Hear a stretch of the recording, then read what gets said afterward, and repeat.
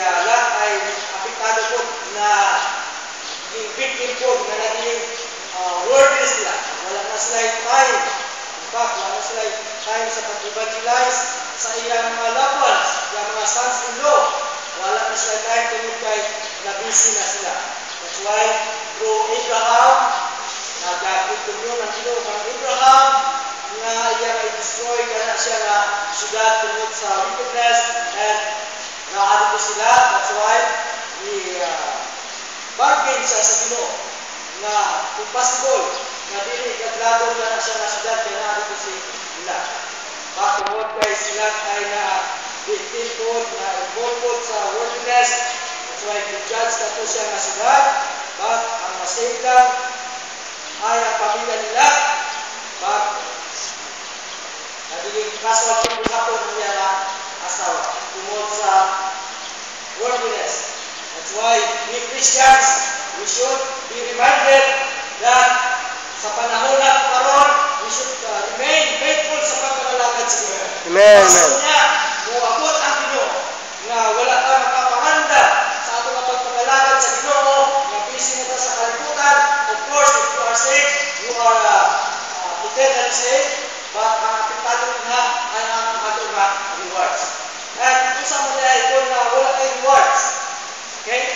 So, mga na most Christians today are wala educate na kung sa ay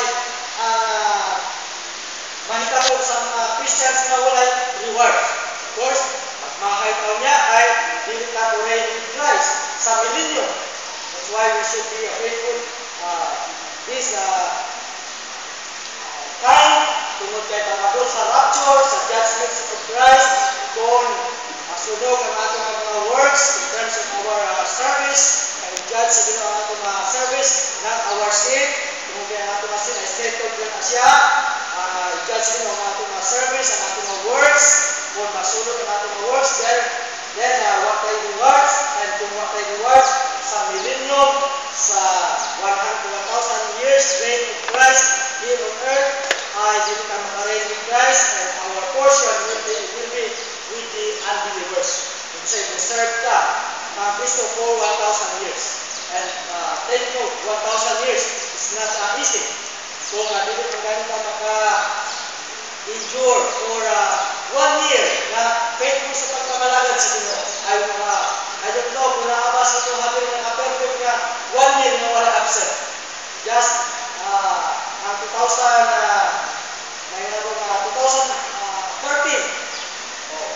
pwede makaricall ka ba nga from January of 2013 until sa January of 2014, makaingon ka ba na wala may absent sa pagpangalagad sa Ginoo?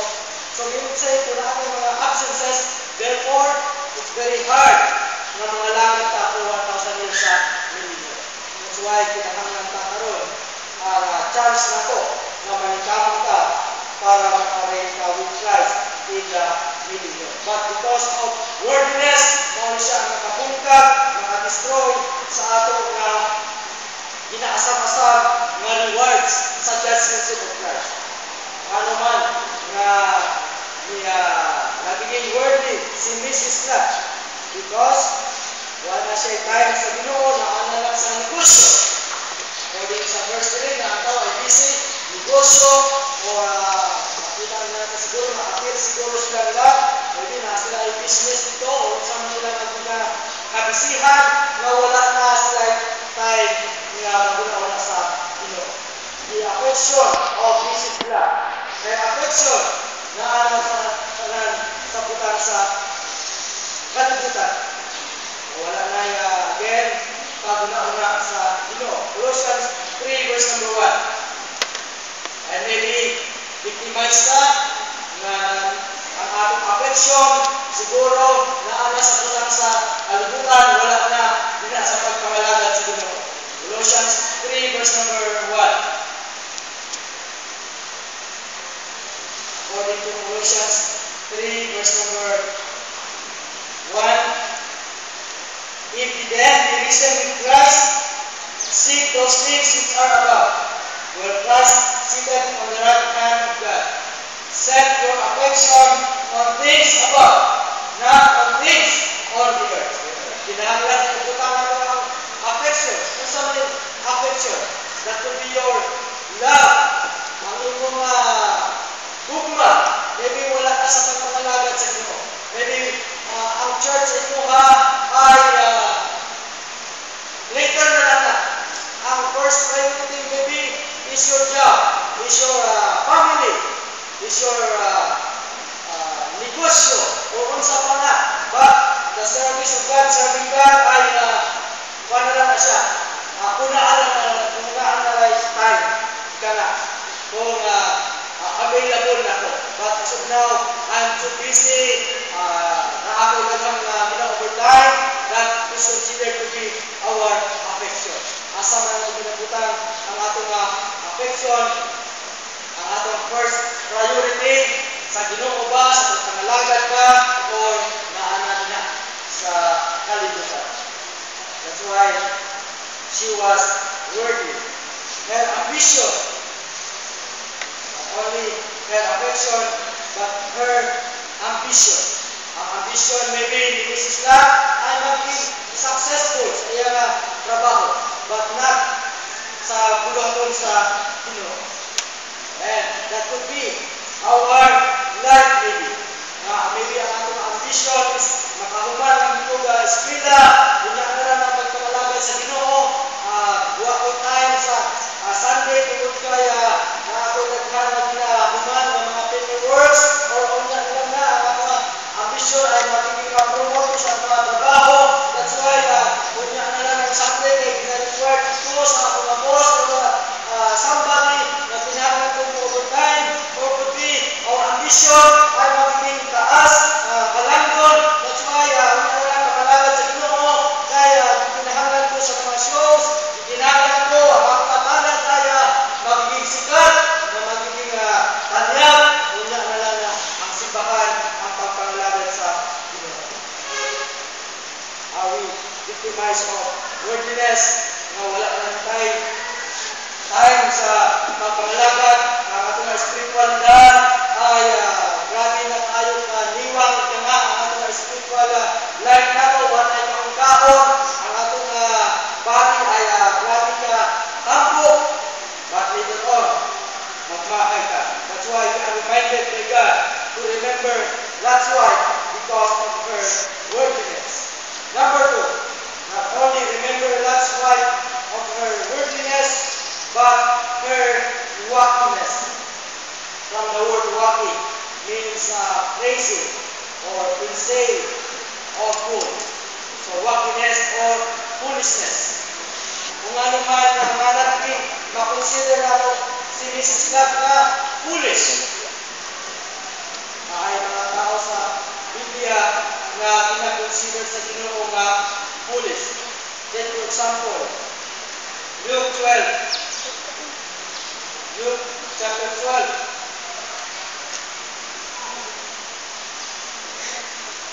Verses 16 down. And spake a parable to them, saying, the ground of a certain rich man brought forth plentifully. And he thought within himself, saying, what shall I do? Because I have no room where to bestow my goods. And said, this will I do. I will pull down my barns and build greater, and therewith I bestow all my goods. And I will say to my soul, soul, thou hast much goods laid up for many years. Take and eat, drink, and be merry. But God said unto him, thou fool, this night thy soul shall be required of thee. Then who shall those things be which thou hast provided? So we say, naay mga utang na atong kinabuhat, nga para sa atua ay tama. But in the sight of God, it's foolishness. Amen. Like what the wife of Lot, naging foolish siya. Because number one, she did not listen to God. Wa siya maminaw sa Ginoo. To the angel, na for them to save their lives is to escape. Magdali sila o pili ko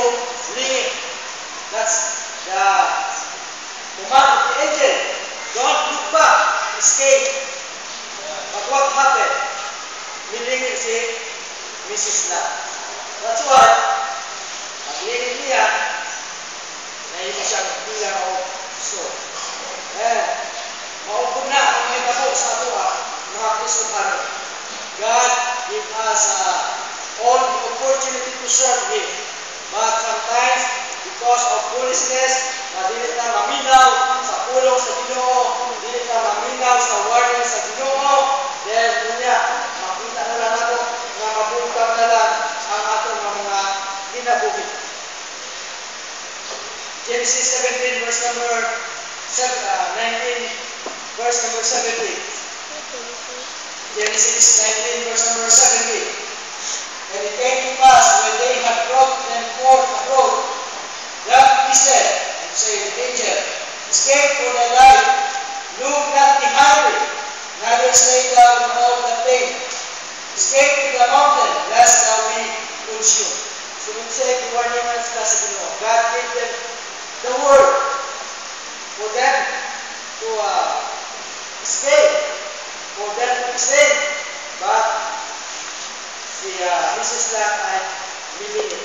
That's why nabungkag niya na kinabuhi kumudwa siya maminaw sa pulong sa Ginoo. It's very important to listen. Ang pagpaminaw sa instruction ay pinaka-importante. Look at Proverbs 8 verse number 33.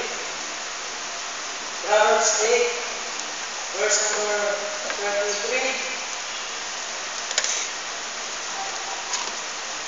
Hear instruction and be wise, and refuse it not.